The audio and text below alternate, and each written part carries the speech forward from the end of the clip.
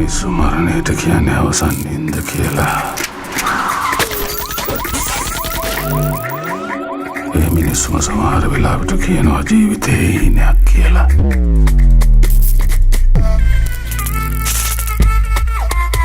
ඕක බලන්නකො සර් පොඩි සංගීතයක්. ඔය පොර බලලා.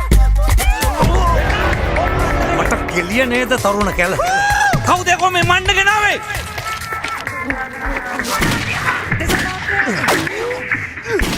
ඉතින් මෙහි යන්න ඕනේ. සර්ලගේ ප්ලෑන් වලට වැඩ කරන්න ගිහින් තමයි අර සිපයියෙක් අයියෙක් වෙලා ඉන්නේ සර්. සර් තාලේ ඔන්න පාක නෝනා උන්න වන්ද. ඕකෝ දන්නෝ. බෑස් දෙකෙන් බලලා ඇට දෙකෙන් හිතන එක. පාවපට භූමිල පංජතිල පොරඳම පංජතිල පොරඳම. එතකොට මට පුළුවන් කොපි ඔක්කොම වවුල් කලේ දොරටුවෙන් ස්වර්ගයට යවන්න.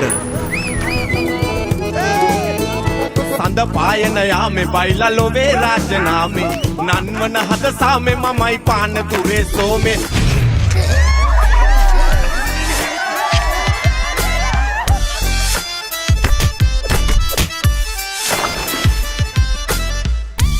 මලුලෑල්ල ඔම්මේ මන්නේ අතර ගත්ත තන් සෝනේ ගන්නෙ අපේ පෝස්ට් මෝටම් එක තමයි එකටව අපි යරේ. ඒ ඔයි කොහෙද යන්නේ? මහත්තයා අපිට කරදර කරන්න එපා. එතකොට ඩෙස්මන් අපි පිටපස්සෙන් යන්නේ කිස්තරයි. සඳහා වරගෙන යන්න. එතකොට අපි ගියා ගැහුවා. මොනවද බලන්නේ?